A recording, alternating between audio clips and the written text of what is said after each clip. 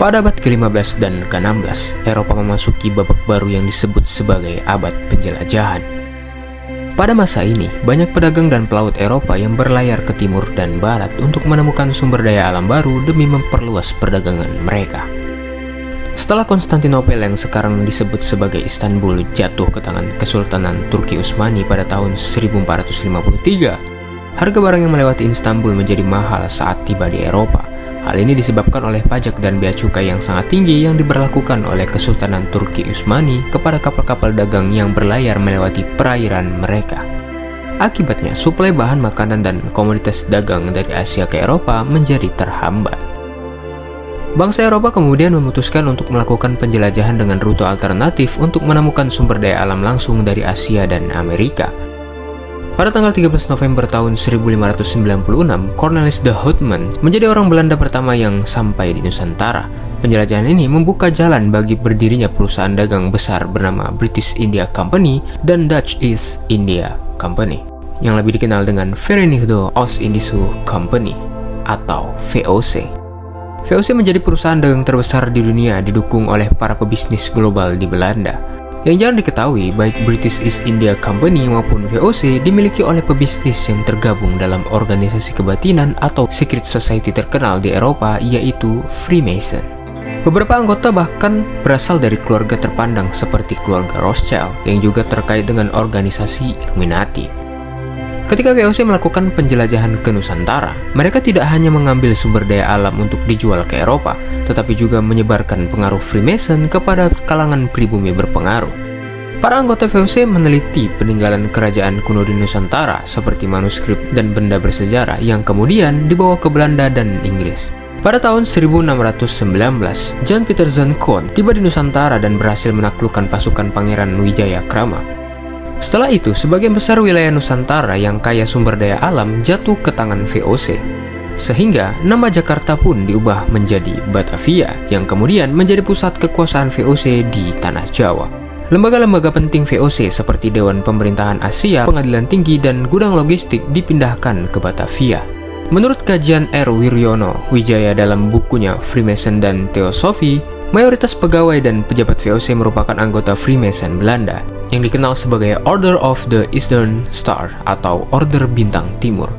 Pada awalnya, organisasi Freemason di Nusantara hanya terbatas pada orang Yahudi kelahiran Belanda, orang Belanda asli, dan warga keturunan Indonesia Belanda. Namun karena banyak dari mereka yang menjabat sebagai kepala perkebunan, pejabat pemerintahan, dan guru, pengaruh Freemason meluas hingga ke kalangan pribumi biasa.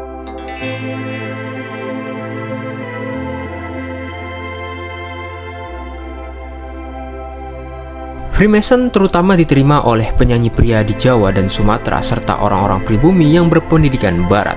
Menurut Arta Wijaya dalam bukunya Freemason dan Theosophy, gerakan Freemason bagi orang Jawa dianggap sebagai gerakan spiritual yang mempraktikkan kebatinan. Sebagian lainnya menyebutnya sebagai ideologi pencerahan atau enlightenment yang mengusung nilai-nilai kebebasan, persamaan, dan persaudaraan tanpa memandang ras, suku, maupun agama. Merujuk pada dokumen sejarah, jaringan Freemason di Nusantara digerakkan oleh para Yahudi Belanda yang menjalankan misi spiritual dan politik secara bersamaan. Mereka yang membawa misi spiritual adalah orang-orang yang mengamalkan kebatinan Yahudi dan tergabung dalam organisasi Theosophy. Sedangkan mereka yang menjalankan misi politik aktif tergabung dalam organisasi Freemason dan Illuminati. Tidak heran jika Theosophy, Illuminati, dan Freemason masih menggunakan filosofi kebatinan Yahudi atau Kabbalah dalam organisasi mereka. Menurut Profesor Ahmad Salabi dalam bukunya Agama Yahudi Perbandingan Agama, organisasi Masonik adalah perkumpulan orang-orang Yahudi yang bertugas memperjuangkan kepentingan kaum Yahudi dari masa ke masa. Sementara itu, Melly Parmelhal, seorang Mason tingkat 33, menuliskan dalam bukunya The Love of Freemasonry bahwa Freemason adalah organisasi yang merupakan komplotan di dalam komplotan, yang melindungi dan merahasiakan hubungan orang-orang di dalamnya. Kelompok ini memiliki bagian yang terlihat secara terbuka, sementara bagian lainnya bergerak secara rahasia. Ketika VOC membawa pejabat, pegawai, dan tentaranya ke Batavia, mereka juga membawa tentara dari berbagai negara Eropa seperti Jerman, Prancis, Skotlandia, Inggris, Denmark, dan Wallonia. Negara-negara tersebut adalah tempat di mana Freemason tumbuh subur, terutama di Skotlandia dan Inggris. Freemason di Skotlandia dikenal sebagai Ritual Scottish Rite, Sedangkan di Inggris dikenal sebagai Grand Lodge of England, yaitu loji terbesar atau tempat perkumpulan para Freemason yang didirikan pada tahun 1717 dan menjadi cikal bakal jaringan Freemason di seluruh dunia. Sementara itu, organisasi Freemason di Hindia Belanda sering disebut sebagai Freemasonry. Jaringan Freemason di Batavia banyak diisi oleh para humanis, yakni mereka yang sering mengkampanyekan perdamaian, persamaan, dan kebebasan atas nama universalisme dan kemanusiaan. Batavia pada abad ke-17 menjadi tempat awal munculnya kebudayaan Indis atau Barat yang kemudian menyebar di berbagai daerah Nusantara, terutama di pesisir utara Pulau Jawa pada abad ke-18. Pada abad-abad selanjutnya, seiring dengan kolonialisasi dan penjajahan yang dilakukan oleh VOC, dalam buku Freemason dan Theosophy disebut bahwa penyebaran prinsip-prinsip di Hindia Belanda mendapatkan sokongan penuh dari elit lokal pribumi yang berkuasa seperti gubernur atau bupati.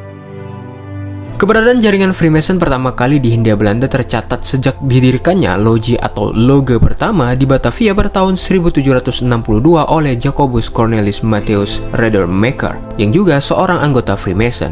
Ia juga merupakan anggota kelompok loji Medan Illuminati Belanda yang datang pertama kali ke Batavia pada tahun 1757. Loji ini adalah loji pertama atau tempat perkumpulan mereka yang pertama yang didirikan di Asia pada masa kolonial. Uniknya, tokoh-tokoh Freemason di Hindia Belanda memiliki hubungan kerabat atau keluarga satu sama lainnya, mirip seperti jaringan Rothschild yang mendirikan Illuminati di Jerman.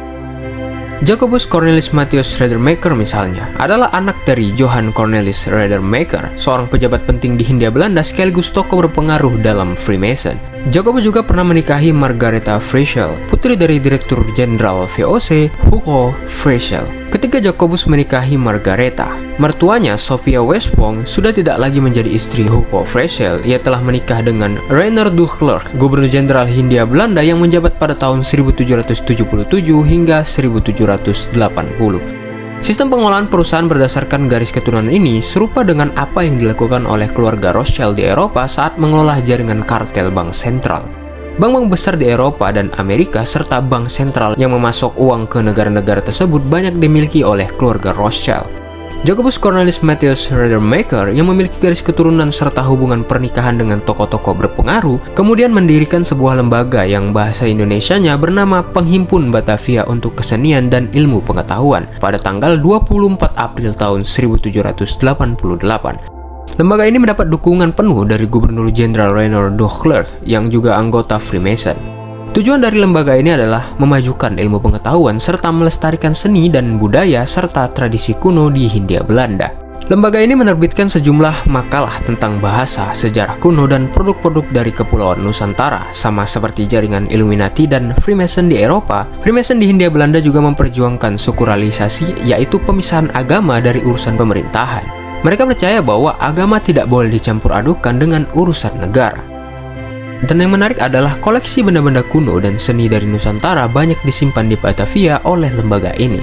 Mereka bahkan melakukan perjalanan ke pelosok Nusantara untuk meneliti peninggalan kuno, baik berupa benda mati maupun flora dan fauna. Ketertarikan Belanda terhadap peninggalan kuno Nusantara disebabkan oleh kekayaan warisan ilmu yang kita miliki. Tradisi kebatinan Eropa dan Hindia Belanda menemukan banyak ilmu kebatinan kuno yang diwariskan sejak zaman kerajaan Hindu-Buddha yang berada di Nusantara. Dan pada akhirnya, manuskrip-manuskrip kuno di Nusantara tak hanya dibawa ke Belanda, tetapi juga tersebar ke Inggris, negara-negara lain, tempat di mana secret society tumbuh di Eropa.